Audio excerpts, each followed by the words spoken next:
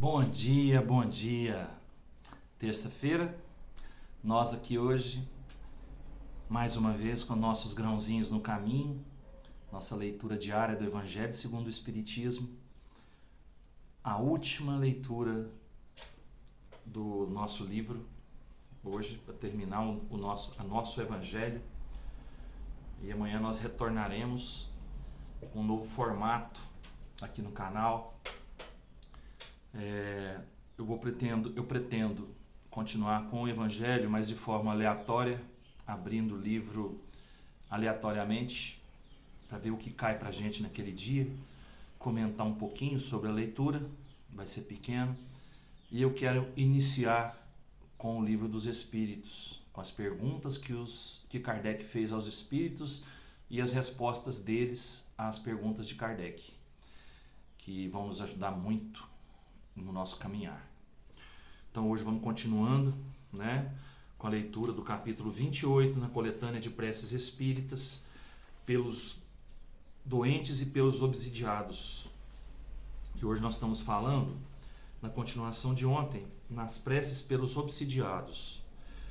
Ontem nós falamos da prece para ser pronunciada por ele, pelo obsidiado, e hoje nós vamos fazer a prece para o obsidiado, nós pedindo em intenção ao obsidiado. Deus Todo-Poderoso, dignai-vos dar-me o poder de libertar fulano de tal do espírito que o obsidia. Se entre em vossos desígnios por termo essa prova, concedei-me a graça de falar a esse espírito com autoridade. Bons espíritos que me assistis, e vós, seu anjo guardião, prestai-me vosso concurso. Ajudai-me a desembaraçá-lo do fluido impuro com o qual está envolvido.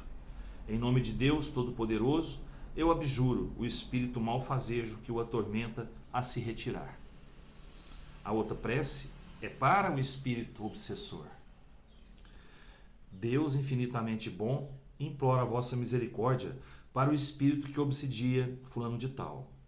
Fazei-o entrever as divinas claridades, a fim de que ele veja o falso caminho que está empenhado.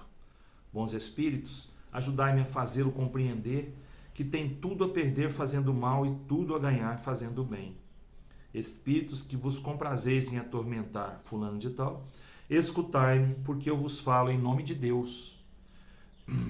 Se quiserdes refletir, compreendereis que o mal não pode impor-se ao bem, e que não podeis ser mais forte do que Deus e os bons espíritos. Eles poderiam preservar fulano de tal de todo o golpe da vossa parte. Se não o fizeram, foi porque ele ou ela tinha uma prova a suportar. Mas quando essa prova tiver acabado, vos tirarão toda a ação sobre ele. O mal que lhes tendes feito, em lugar de prejudicá-lo, servirá para o seu adiantamento, e com isso não será senão mais feliz. Assim, vossa maldade terá sido uma pura perda para vós e reverterá contra vós. Deus, que é todo-poderoso, e os espíritos superiores, seus servidores, que são mais poderosos do que vós, poderão, pois, pôr fim a essa obsessão quando o quiserem, e vossa tenacidade se quebrará diante dessa suprema autoridade. Mas pelo fato mesmo de que Deus é bom, ele quer vos deixar o mérito de cessá-la de vossa própria vontade. É uma moratória que vos é concedida. Se não a aproveitais, sofrereis as suas deploráveis consequências. Grandes castigos e cruéis sofrimentos vos esperam. Sereis forçado a implorar a piedade e as preces da vossa vítima, que já vos perdoa e ora por vós, o que é um grande mérito aos olhos de Deus e apressará a sua libertação. Refleti, pois, enquanto é tempo ainda, porque a justiça de Deus se abaterá sobre vós como sobre todos os espíritos rebeldes. Pensai que o mal que fazeis nesse momento terá forçosamente um fim, enquanto que, se persistis no vosso endurecimento, vossos sofrimentos irão aumentando sem cessar. Quando estáveis sobre a terra, não teríeis achado estúpido sacrificar um grande bem por pequena satisfação de um momento?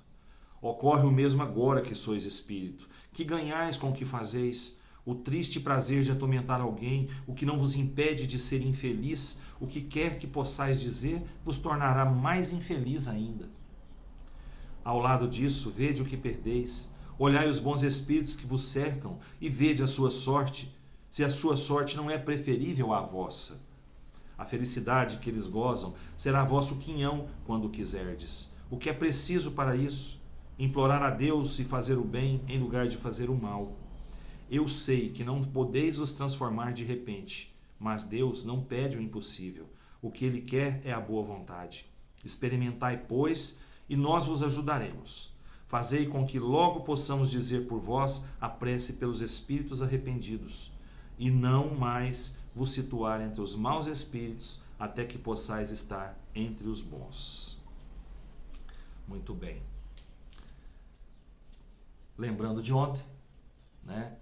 Nos casos de obsessão, quando a gente vai conversar com um espírito que está obsediando alguém, a gente tem que ter moral para isso. A gente tem que dar o exemplo do que nós falamos, né?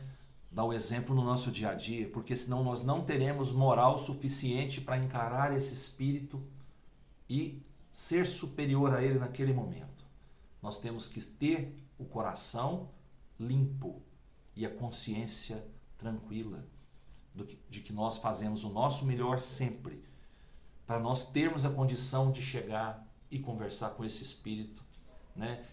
Sem violência, sem raiva, sem nada de ruim no coração.